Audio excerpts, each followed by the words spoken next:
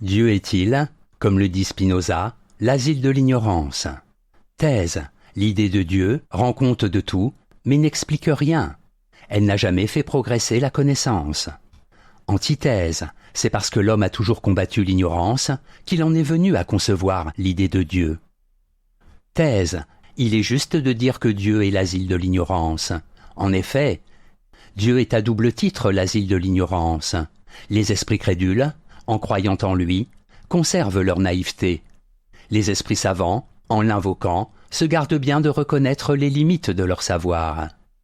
Premier argument, nul ne sait qui est Dieu. Si Dieu, ainsi que l'écrit Nicolas de Cuse, dépasse toute intelligence, ainsi a fortiori dépasse-t-il toute dénomination. De la docte ignorance. Il est alors parfaitement vain d'en parler.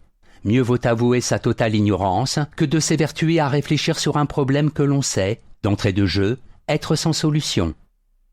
Deuxième argument, invoquer Dieu, c'est maintenir les esprits crédules dans l'ignorance.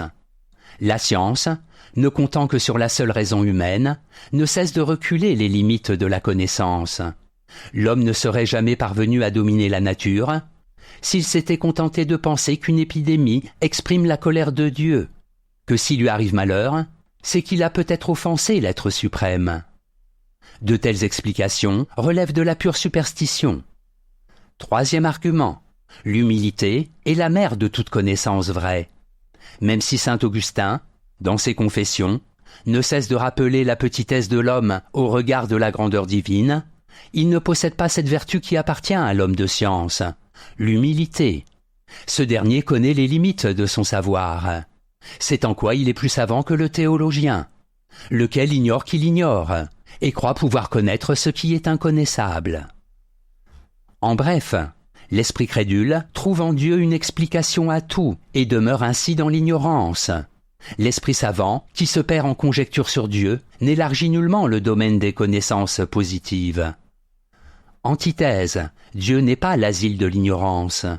Ce n'est pas Dieu qui est l'asile de l'ignorance, mais la foi aveugle que l'on peut avoir en lui. Foi et raison ne s'opposent pas dès lors que c'est la raison qui fixe les limites de ce qui est connaissable. Premier argument, la foi peut être rationnelle. Sans doute Voltaire a-t-il raison de dire que la foi consiste à croire, non ce qui semble vrai, mais ce qui semble faux à notre entendement. Dictionnaire philosophique. Cela ne veut pas dire qu'il faille prohiber la foi au nom de la raison. Croire en Dieu ne signifie pas renoncer à comprendre de manière rationnelle tout ce qui reste à portée de l'intelligence humaine. Deuxième argument, la foi est une affaire de cœur. Ainsi que le dit Gandhi, la foi n'est pas faite pour qu'on en parle, mais pour qu'on la vive. Tous les hommes sont frères. Le Dieu auquel on croit cesse d'être l'asile de l'ignorance dès l'instant où, comme l'écrit Pascal dans ses Pensées, c'est le cœur qui sent Dieu et non la raison. Troisième argument, ce n'est pas être ignorant que de reconnaître qu'il y a de l'inconnaissable. L'ignorant est celui qui prétend pouvoir tout expliquer.